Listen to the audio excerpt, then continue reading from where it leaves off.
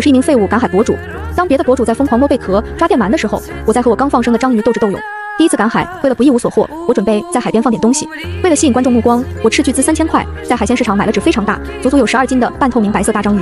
大章鱼很漂亮，饶是我在海边活了几年，也第一次见这种的。纯白的八爪，在阳光下几乎是半透明的状态，大约是受了伤，整只是奄奄的。我把它放在海边，也还是奄奄的。它甚至没有回大海的力气，只默默用层薄沙子把自己盖了起来。不跑就好，我对它非常满意。直到我开始直播，家人们今天来赶海，看着贝壳带回去。家人们喜欢的点点关注。小雨第一次开直播，大家现在关注之后就是老粉。家人们快看，这片沙子会动，下面一定有大猎物。是章鱼，我极其兴奋，抓着夹子就去夹章鱼所在的地方。浅浅的水滩上露出一条极长的章鱼须，我去夹了一下，那章鱼似乎是被弄疼了，章鱼须也跟着动了动，在沙滩上转了一圈后，居然抓住了我的脚腕，脚腕冰冰凉凉的，有点奇怪。我甩甩脚，却没正拖出脚腕。最后我扔了夹子，低头就去拽脚上的章鱼须。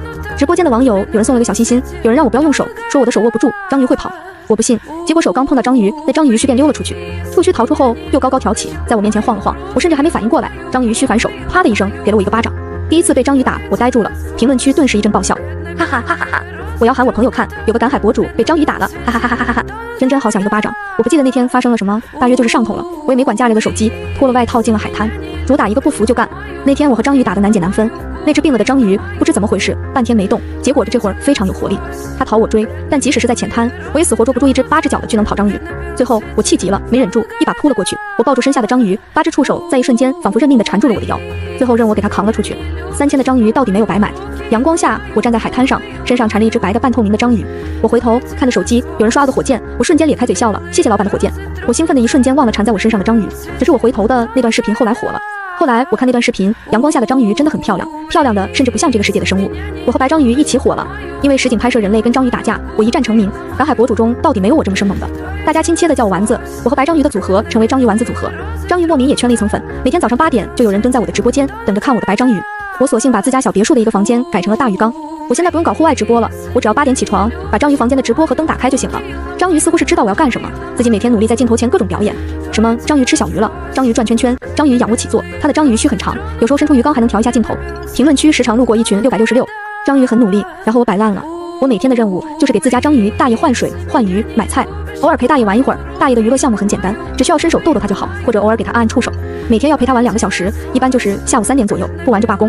就那么直播了1个月，粉丝看不下去了，他们斥责我以前有靠山吃山，现今有我靠章鱼吃饭。他们让我找点事干，别整天蹭章鱼流量。咱就是说，这好歹也是我的章鱼。粉丝又跟我商量，要不多给章鱼捏捏触手。我每天依旧给我家章鱼继续捏触手，纯白的触手软软的，它被捏舒服了，就握我的手腕在水里转一圈。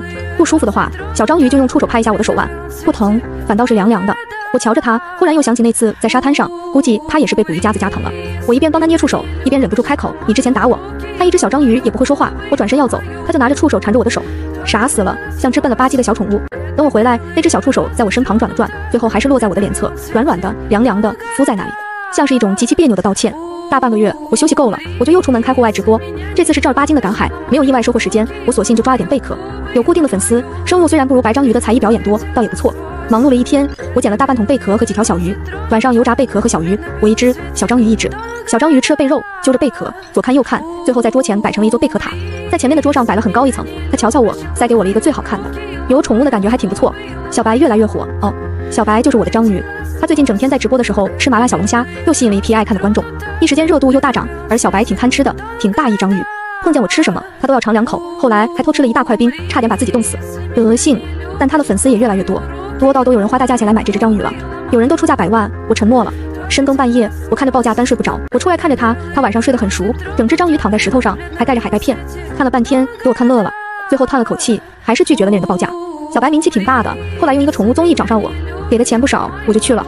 我第一次带小白出门，本来还紧张，万一别人觉得奇怪怎么办？到了才发觉，小白的出现真是平平淡淡。整个综艺除了我，还有各种各样的宠物跟主人，有人养了只蝎子，有人养了只大马猴，还有人养了只鲨鱼。别太离谱，我抱着我的章鱼盒子，默默跟在人群里。第一部分就是关于宠物智商的游戏，名字就叫关于主人的命令，你是否能听懂？一排排可以说话的语音按钮放在了宠物面前，这没法比，章鱼本来就是一种高智商动物。小白尤其高，当别的主人和宠物试图交流时，小白已经结束任务，开始摁着可以说话的按钮。我要吃冰淇淋，不行，太凉。我站在池子前，一边捏章鱼爪爪，一边反对。其实夏天吃一点冰淇淋也没什么关系，但我是主人啊，怎么可以被宠物牵着鼻子走？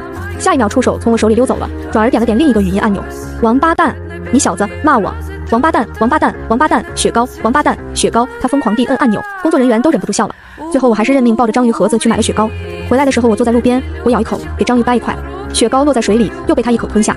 工作人员趁机问我：“您和自家宝贝感情很好啊？”是啊，可以问问认识多久了吗？6个月吧。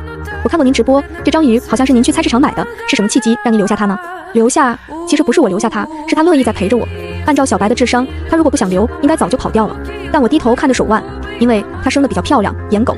这句话不是工作人员说的，是我怀里的大盒子的语音按钮响起来的。颜狗怎么了？我气急败坏，恨不得再跟章鱼打一架。颜狗喜欢好看的，我好看的喜欢，这逻辑，当年高考坐我隔壁的原来是你呀！我忍不住笑了，工作人员退开了，我抱着盒子忍不住开口，来，继续你的开麦说话。王八蛋，吃雪糕。清淡的机械声，我重新拆了个雪糕。夏日正好，他的小触手蹭到我手腕。颜狗喜欢我，喜欢。夏天的风吹过来，梧桐树的叶子落在我头上，又被小白触手拿走玩去了。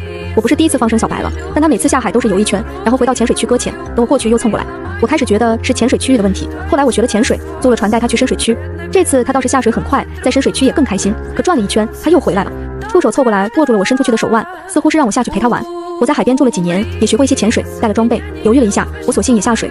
置身于海洋，我才能发觉小白游起来有多大只，而此时我才能看清真正的它。很大一只，半透明的皮肤被幽暗的海洋中衬得阴森森的，所有的鱼群像躲避什么恐怖的东西一样躲着它。它完全展开后，身躯极大，手上有力的触手引得人本能有些想逃。可我一想到这是小白，又释然了。他也没放开我，两只章鱼虚引着我向前。我在水里辨不清方向，但他很熟练地带着我穿过鱼群。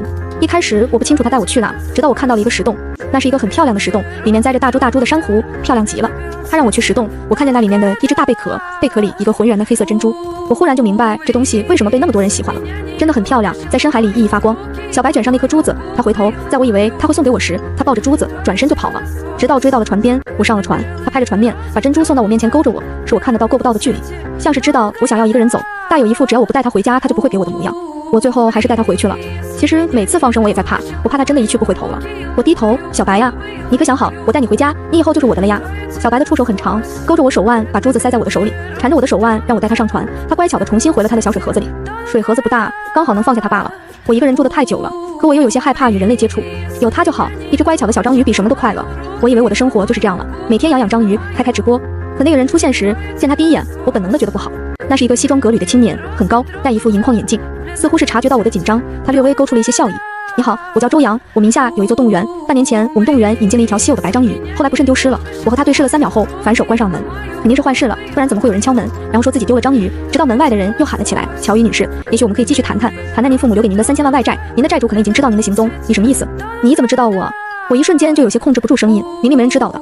您不要误会，您之前在节目上就已经他们被注意到了，我只是想来帮忙的，我帮您摆平外债，您把章鱼给我怎么样？您只要把它交给我，您的人生将重新归于平静，你也可以找一份好好的工作，不用像现在躲躲藏藏的活命。他走了，我的心却还在狂跳，我一直试图维持的平静生活可能要破灭了。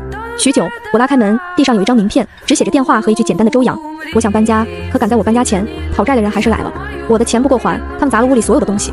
我缩在一角，3年，他们到底找过来了。他们没说别的，威胁完就先走了。我看了一片狼藉的客厅，还能听见房间里的章鱼在拍打玻璃，我却没有看他，只是一步一步地走回了房间。我躺在乱糟糟的床上，直到那个姓周的又来了。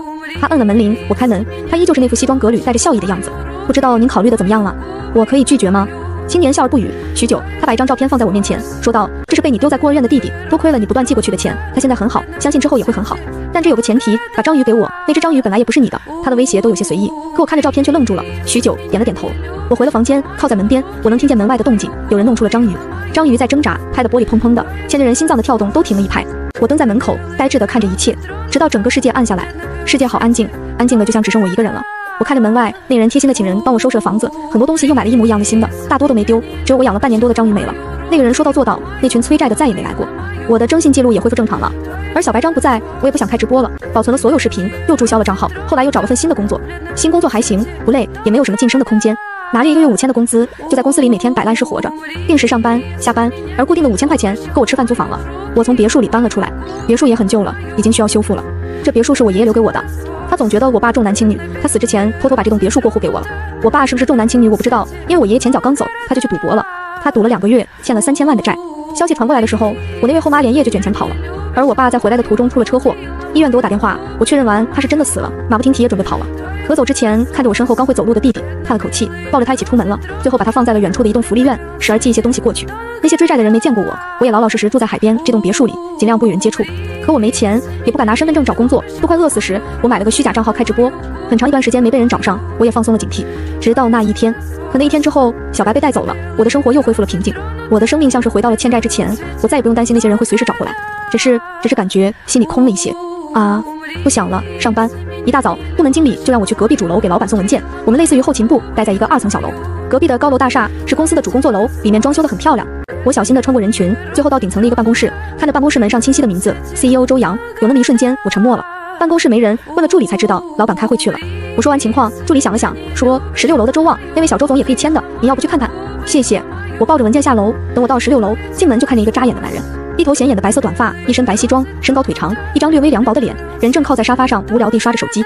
你好，我开口刚准备问，男人看着我明显愣了一下，转而冷哼了一声，连手机也不玩了，就一脸冰冷地盯着我，像是我欠他什么东西似的。这真让人摸不着头脑。周总，我是后勤策划部的乔宇，这也是这个季度的报表，签个字。不签。我看着这人，果然好看的人都有些脾气。我摸了摸鼻子，这人脾气好大，想要不还是回顶楼等大老板。小心地出了门，就听见一句带着怒气的话，你还敢走？我也怒了，你生气跟我有什么关系？我就一个打工的，1个月5000的工资还说着脾气。我啪的一声就把文件甩在了他面前，我就一个送文件的，你爱签不签？老子不干了，老子1个月5000工资受你这气，你不干了？你要离开？周旺有点懵，他看着我，我觉得我应该硬气一点，转身摔门出去。可我没动，我对上小老板那张面无表情的脸，莫名觉得只要我敢走，这位小老板就敢哭出来。他到底没哭，他看着我别开眼，老老实实签好了文件，然后说你别走。我乐了，心态早在说辞职的时候就无所畏惧了，这会更为猖狂，得涨点工资。小老板低头闷声嗯了一声，没一会儿他又觉得不对，大约是想起自己是老板，他又哼了一声，说话又硬气了些，涨工资可以，你过来当我助理。不当。然后小老板在一瞬间炸毛了，不当，那你就不当，你爱干什么干什么，你去辞职吧，你以后也不要见我了，也不要和我说话了，真王八蛋啊，你就走好了。呵，幼稚鬼，助理1个月多少钱？3万行吗？